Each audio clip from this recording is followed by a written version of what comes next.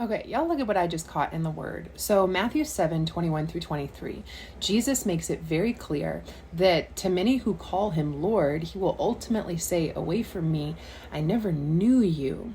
That word knew in translation ties to a Hebrew idiom, yada.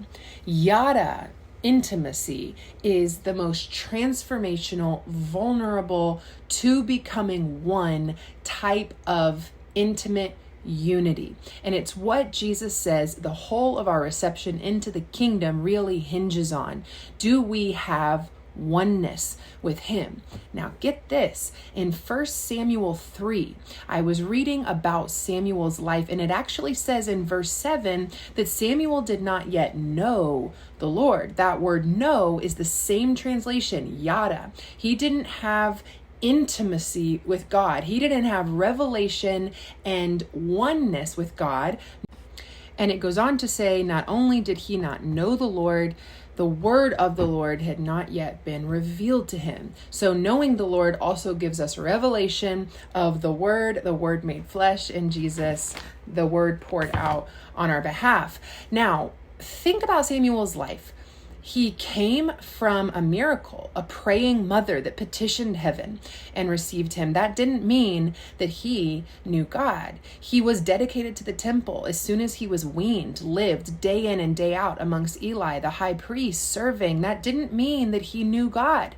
He ministered to the Lord. Verse 1 says he ministered to the Lord in the presence of Eli. He was doing things that pleased the heart of God, but that didn't mean he knew God. It even says that he slept in the same room of the Ark of the Covenant where the very Spirit of God resided. But proximity to the Spirit of God still doesn't mean that you know God.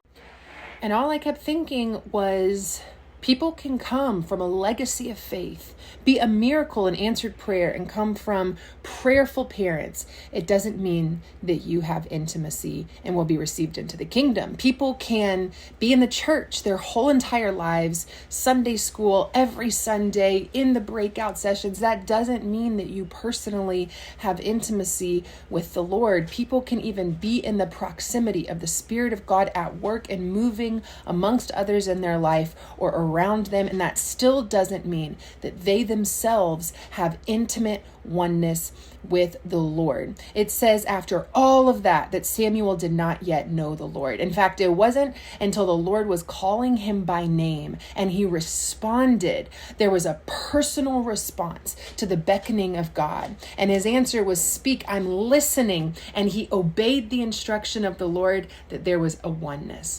And if you really want to dig deeper, you'll see that immediately in Samuel's revelation of the Lord, in responding to God calling him by name, there was cost, there was risk associated with obedience. God was telling him to go tell his mentor Eli that the Lord was about to pull the whole priesthood down due to sin. But Samuel did not shrink back. He wasn't self-preservative. He obeyed God. And as a result, we know what came through the rest of his life. He was an anointed prophet who could guide, teach the people, give insight into what was to come, hear directly from the Lord, and relay it without defilement.